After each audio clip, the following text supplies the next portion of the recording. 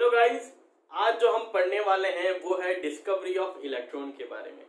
यानी इस चैप्टर का जो सबसे पहले हम बात करेंगे, जितने भी हमारे पास एटम के अंदर सब एटॉमिक पार्टिकल होते हैं, यानी जो मूलभूत कण होते हैं किसी भी परमाणु में, वो क्या होते हैं? इलेक्ट्रॉन होता है, प्रोटॉन होता है और न्यूट्रॉन होता है। इनकी डिस्कवरी की सबसे पहले हम बात करेंगे। उसके बाद हम बात करेंगे जो परमाणु के अलग अलग मॉडल आए, यानी उसकी डिस्कवरी के बारे में धीरे धीरे जो सबने मैंने स्टार्टिंग में आपको इंट्रोडक्शन में बताया था, उन सभी मॉडल्स की हम बात करेंगे, लेकिन धीरे धीरे।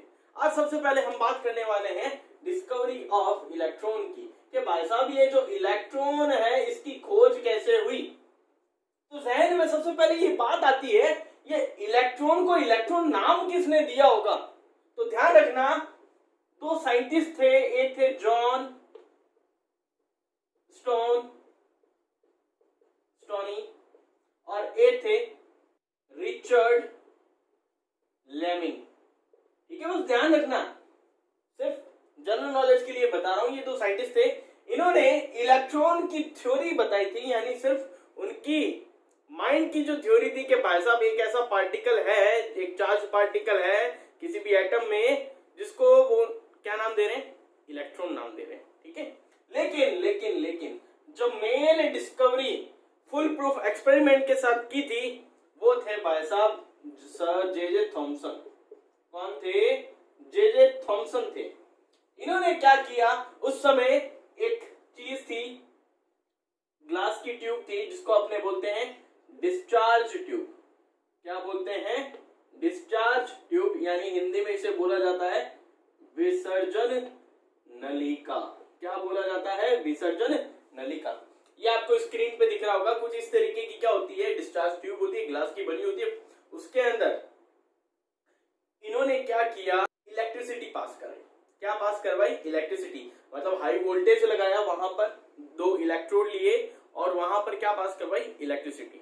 जब वो इलेक्ट्रिसिटी वहां पास करवा रहे थे, तो वहां पर उन्होंने उस ट्यूब में, उस ग्लास की ट्यूब में अलग अलग गैसेस डाल के देखा और कुछ एक्सपेरिमेंटल डाटा, कुछ ऑब्जर्वेशन, कुछ उन्होंने देखा जो हम यहाँ आज पढ़ने वाले हैं।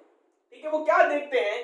उन्होंने क्या लिया, उन्होंने एक डिस्चार्ज ग्लास ट्यूब ली, जैसा कि मैंने बताया आपको, ये ग्लास की ट्यूब है। ठीक है, यहाँ पर ये दो इलेक्ट्रोड लगे हैं, एक है नेगेटिव, एक है पॉजिटिव। जो नेगेटिव वाला है उसको हमने बोल दिया कैथोड और जो पॉजिटिव वाला है उसको हमने बोल दिया एनोड।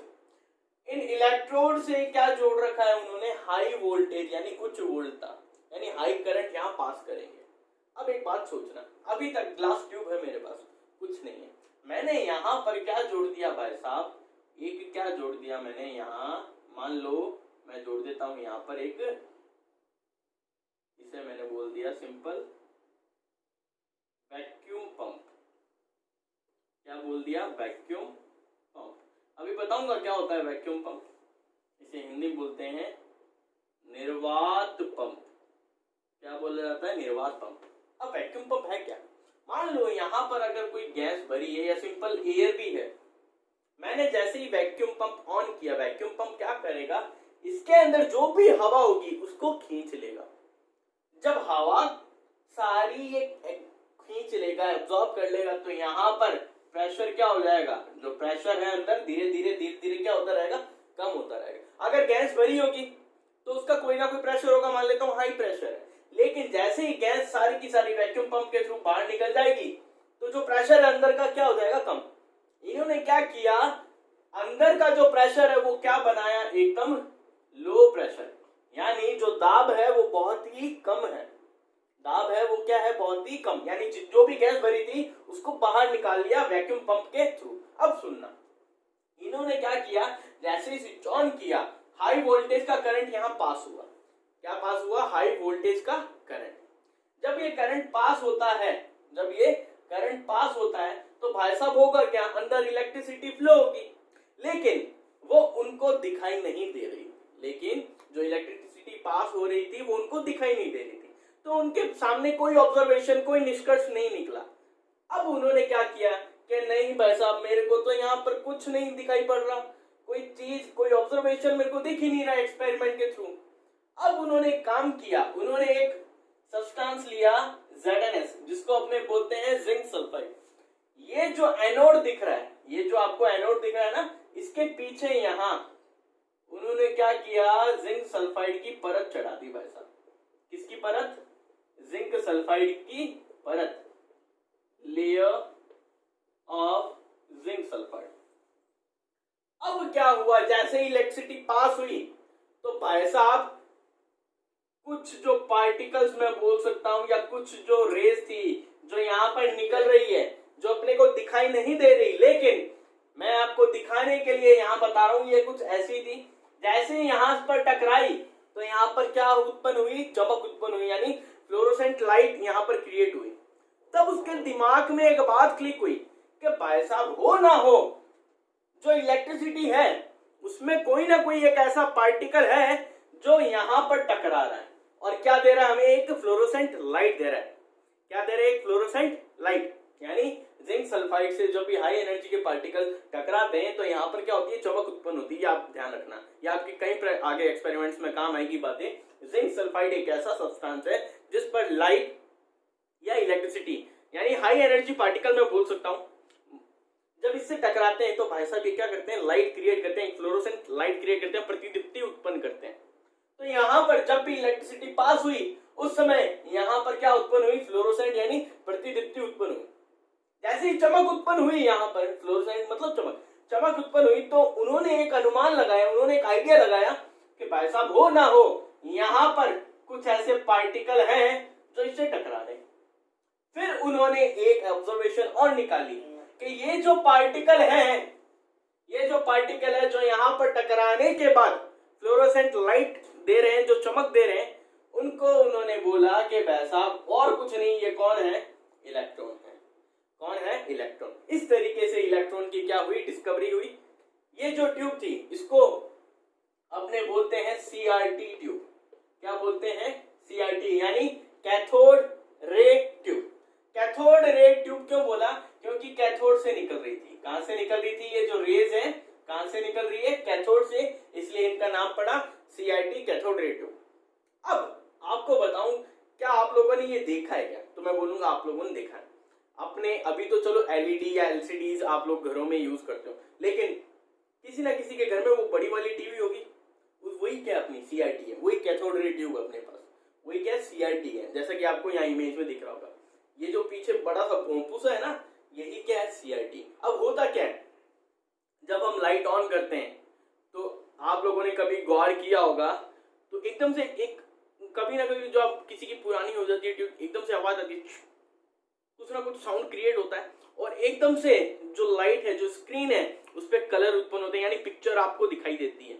वो पिक्चर दिखाई दे रही है, इसका मतलब क्या है, ये जिंक सल्फाइड वाला है। वहां पर तो चलो अलग फंक्शन होता है, लेकिन जो मेन प्रिंसिपल है वो उसका यही है। यानी जितनी भी अपनी वो सीआरटी वाली ट्यूब्स होती है, जो मॉनिटर्स होते थे बड़े बड़े, पीसी आप लोगों ने यूज करके देखा होगा, कंप्यूटर, वो जब बड़े बड़े मॉनिटर्स होते हैं वो सारी क्या है, वो सीआरटी है। इसकी जगह आजकल हम लोग क्या यूज करने लग गए, एलसीडी। एलसीडी भी आजकल बंद हो गया। नॉर्मली हम क्या यूज करते हैं, एलईडी, लाइट इमिटिंग डायोड जिसे बोलते हैं, एलसीडी को बोलते हैं लाइट क्रिस्टल डिस्प्ले। ठीक है, ये तो थी नॉर्मल बात। तो बात निष्कर्ष क्या निकली भाई साहब यहाँ से, ये जो इलेक्ट्रॉन था, ये जो रेस थी, इन्हीं को उसने क्या नाम दिया, इलेक्ट्रॉन। तो यहाँ जो नाम निकला है वो क्या निकला है, कैथोड रे। उन्होंने बोला ये कुछ ऐसी रेज हैं जो एकदम सीधी यानी स्ट्रेट लाइन में क्या करती है, फ्लो होती है या मोशन करती है, या मैं बोलता हूँ हिंदी में गमन करती है। तो इनको इन्होंने क्या नाम दिया भाई साहब, कैथोड रे। ये कैथोड रे एक्चुअली है क्या, इलेक्ट्रॉन ही है। जब इन कैथोड रे को अगर मैं यहाँ पर कोई मैग्नेटिक फील्ड लगा दूं तो होगा क्या, देखो हमें पता है इलेक्ट्रॉन है, हमें तो पता है ना ये इलेक्ट्रॉन है। अगर मैं यहाँ पर मैग्नेटिक फील्ड लगा दूं, इसके चारों तरफ चुंबक लेके जाऊं, तो होगा क्या, ये इलेक्ट्रॉन थोड़े डाइवर्ट होंगे, इनमें डिफ्लेक्शन होगा। अगर डिफ्लेक्शन हो रहा है इसका मतलब ये जो इलेक्ट्रॉन है इस पे कोई ना कोई क्या है, चार्ज है। तो इन्होंने बोल दिया जो कैथोड रे है वो क्या है, चार्ज्ड पार्टिकल है। क्या है, कोई ना कोई चार्ज्ड पार्टिकल है। अब ये जो रेज है हमें पता है मोशन कर रही है। जब कोई चीज मोशन करती है तो सिंपली तुम लोगों को दिमाग में एक बात क्लियर होगी कि उसमें क्या होगी, काइनेटिक एनर्जी यानी गतिज ऊर्जा होगी भाई साहब, काइनेटिक एनर्जी उसमें होगी। तो जो मेन बातें निकली है उसको मैं अगर आपको यहाँ समझाऊं, देखो ये जो समझा रहा हूं अभी आपके नोट्स के लिए भी मैं यहाँ लिखूंगा, वो देखना। अब देखो जो बातें आप लोगों को ध्यान रखनी है, जो मैंने अभी बताया है, फिर मैं बता रहा हूँ क्या है। ये जो डिस्कवरी थी, इसमें मेन किसकी डिस्कवरी हुई? कैथोड रे की। जो कैथोड रे थी वो नेगेटिवली चार्ज थी, इसलिए हमने बोला ये एक्चुअली में है क्या? इलेक्ट्रॉन है। यानी डिस्कवरी ये एक्चुअली में किसकी हो गई है? इलेक्ट्रॉन की हो गई। अब जो बातें आप लोगों को इस एक्सपेरिमेंट से ध्यान रखनी, इस प्रयोग द्वारा ध्यान रखनी, वो क्या है? जो कैथोड रे है वो पॉजिटिव नहीं होती, क्या होती है? नेगेटिव। और जो अपनी डिस्चार्ज ट्यूब थी, जो ग्लास की जो विसर्जन नलिका है, उसमें वो नेगेटिव से पॉजिटिव यानी कैथोड से एनोड की तरफ स्ट्रेट लाइन में क्या होती है? मूव होती है, गमन करती है। दूसरी बात जो आपको ध्यान रखनी है, सिंपल सी बात है, कोई चीज मोशन कर रही है तो उसमें क्या होती है? काइनेटिक एनर्जी होती है, यानी गतिज ऊर्जा होती है। यानी कैथोड रे में भी क्या होगी? गतिज ऊर्जा होगी। तीसरी बात जो आपको पता है, ये कैथोड रे क्या होती है? नेगेटिवली चार्ज होती है, यानी ऋणावेशित होती है कैथोड किरणें।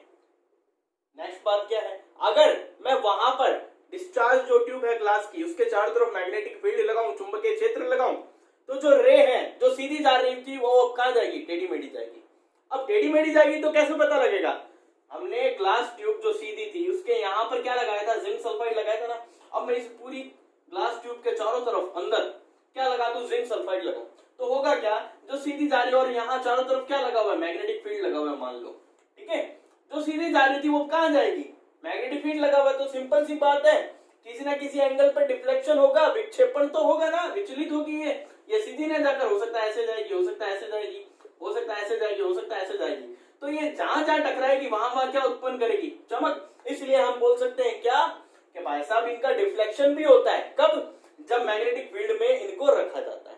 तो ये बात समझ में आई? ये पॉइंट समझ में आया होगा कि इसका मतलब जो कैथोड रे है वो मैग्नेटिक फील्ड के अंदर, चुंबकीय क्षेत्र के अंदर क्या देती है? विक्षेपण देती है, नहीं डिफ्लेक्ट होती है।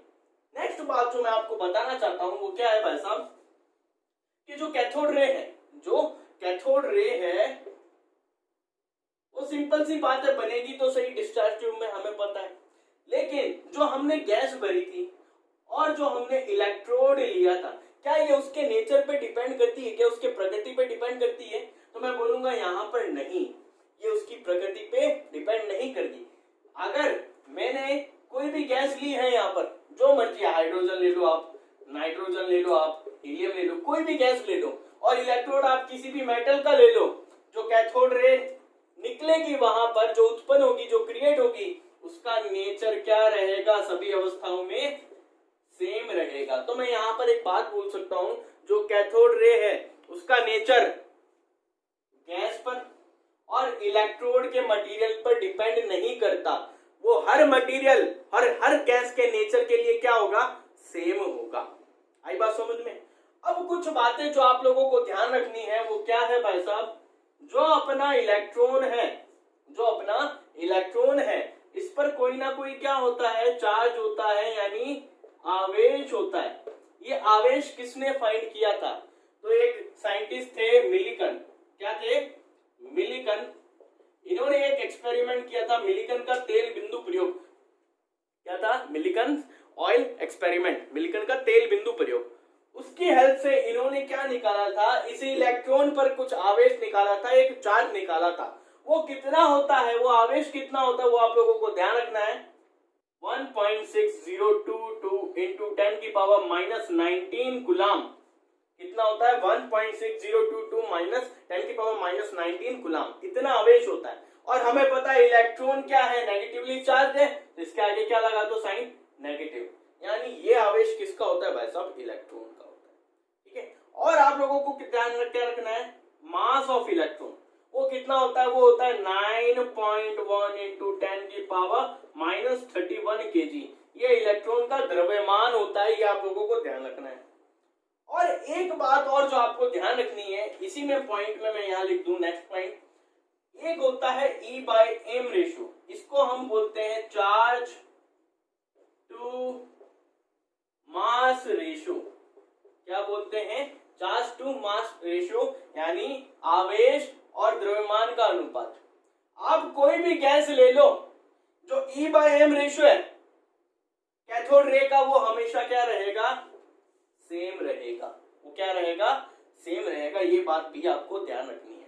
तो ये था इस एक्सपेरिमेंट के थ्रू आपको कैसे मिली इलेक्ट्रॉन की डिस्कवरी, कैसे इलेक्ट्रॉन की खोज हुई।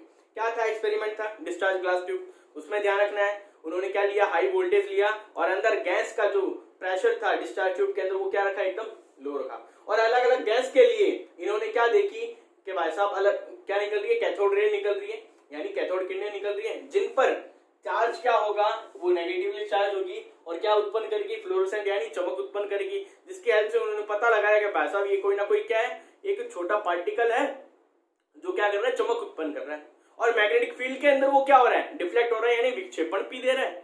तो उन्होंने एट लास्ट खोज करके क्या निकाल लिया, कैथोड रे, जिसी को अपने क्या बोलते हैं, इलेक्ट्रॉन देते हैं। और ये इसकी क्या थी, कुछ बातें जो आपको ध्यान रखनी है। ठीक है, नेक्स्ट लेक्चर में हम बात करेंगे प्रोटॉन और न्यूट्रॉन की डिस्कवरी कैसे हुई। तब तक के लिए बाय बाय।